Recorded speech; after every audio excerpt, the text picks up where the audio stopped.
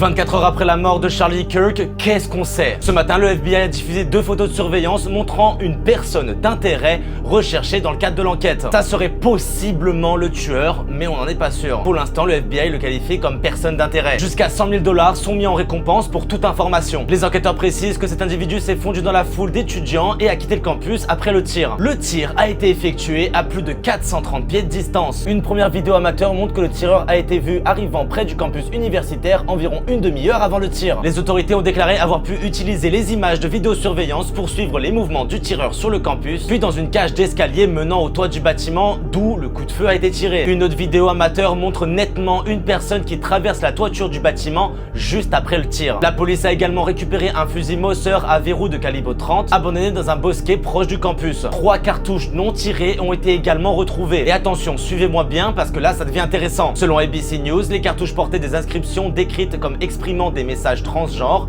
et antifascistes. Reuters aussi mentionne que ces cartouches avaient l'air d'être gravées avec des messages, mais ajoute que les autorités sont encore en train d'analyser ces inscriptions pour confirmer leur nature ou leur signification. D'autres médias, par exemple The Telegram, répètent que certaines inscriptions non tirées semblent relier idéologie transgenre et antifasciste. En clair, pour l'instant, aucune entité crédible n'a encore publié le texte exact gravé dessus. Les autorités ont déclaré que ça pourrait être de la provocation, un leurre ou même un marquage symbolique sans lien clair avec les motivations exactes du tireur. Ce type d'inscription est rapporté dans des bulletins internes ou des sources anonymes, mais pas encore confirmé publiquement par un rapport forensique ou une enquête officielle pleinement vérifiée. À ce stade, l'identité du suspect reste inconnue, mais entre les vidéos amateurs, la vidéosurveillance du campus et les photos publiées par le FBI, le portrait d'un homme d'âge universitaire vêtu de noir, casquette et lunettes sombres commence à se préciser. 24 heures après les faits, une certitude, il s'agit bien d'un assassinat politique qui secoue profondément les États-Unis